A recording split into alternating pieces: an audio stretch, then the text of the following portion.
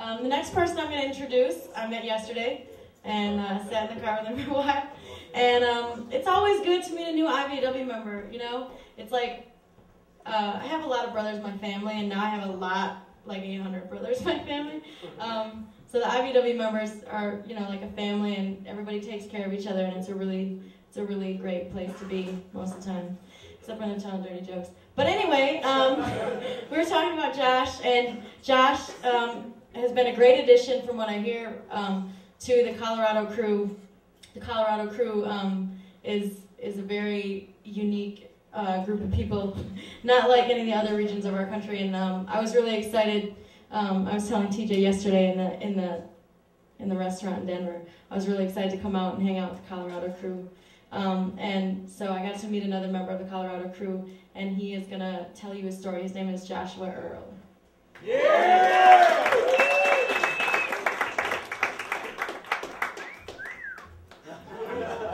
This is going to actually go to Jared's, Garrett's idea of military humor.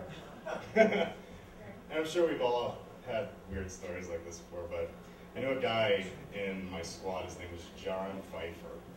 This guy was my hero because he was an E5 and he never got in trouble no matter what he did. I mean, he would go up to generals and just tell them to fuck off. And they'd be like, well, okay, Sergeant Pfeiffer. That's what happened, I was Johnny. But one day we're actually out on we're actually doing a patrol down on MSR Tampa, and we just take a stop because John's like, I think I'm gonna take a shit. And he's like, okay, John. There's almost go behind the berm over there. He was just like, this berm, almost on the horizon, forever away. Because he was really anal retentive, like really weird like that. So when the squad leader gets out, and we're just like laughing at him while he's walking to this berm that's forever away when he could have just went around the corner somewhere. And my squad leader looks at me and says, so Josh, how far do you think he is over there? I said, I don't know, about 250 meters. I said, what do you think would happen if we shot an M203 smoke grenade at him? I was like, what do you think? I was like, what do you think would happen if we hit him? I was like, well, it'd probably kill him, Sergeant. He said, let's do it anyway. So we load up this purple smoke grenade, because we don't want red, you know, because it usually signals an emergency. He puts this round in there, aims it, shoots it, and it lands.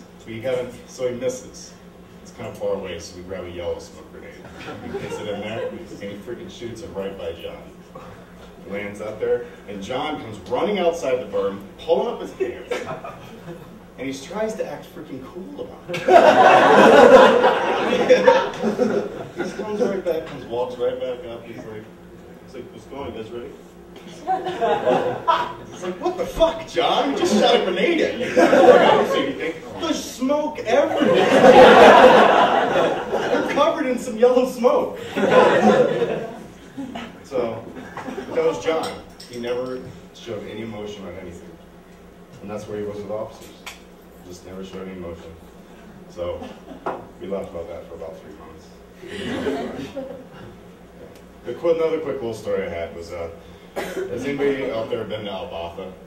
Through Albatha? Okay, it's right by, take MSR Tampa and then goes off to MSR Jackson. It's this little town. And we're all sitting in our Humvees, and I'm sitting in the turret. We all have our Kevlars and all of our gear taken off. And so we're just sitting there thinking, God, it's fucking hot out here. We just don't want to be there. We want to go home. And then, next thing you know, we hear a round. It was just right by us. And I look up, and I said, it's like, another round. Pop, hits the dust, and some dust pop up. And I don't know if most of you guys understand the idea of you just don't care after a while. You just fear, sometimes you just eliminate it, you don't think about it anymore. And I look at my squad, he's like, hey, Miles, think we're getting shot at. He's like, yeah, I think you're right. I was like, think we should do something about it? I was like, nah, just put on our Kevlars. So we put on our Kevlars. Sitting there waiting, just wait for these rounds to go off. And then of course John Pfeiffer says something clever. He says, so what do you think? He's like, you know what would be really sweet?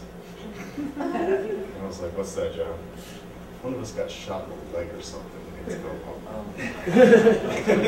Awesome. And I was like, yeah, that would be sweet. And we're like, yeah, just all these rounds are shooting right by us. And they were like, and they stopped. I guess they got tired and went on our way.